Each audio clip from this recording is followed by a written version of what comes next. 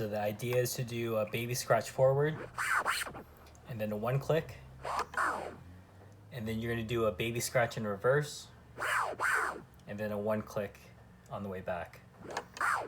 So you go.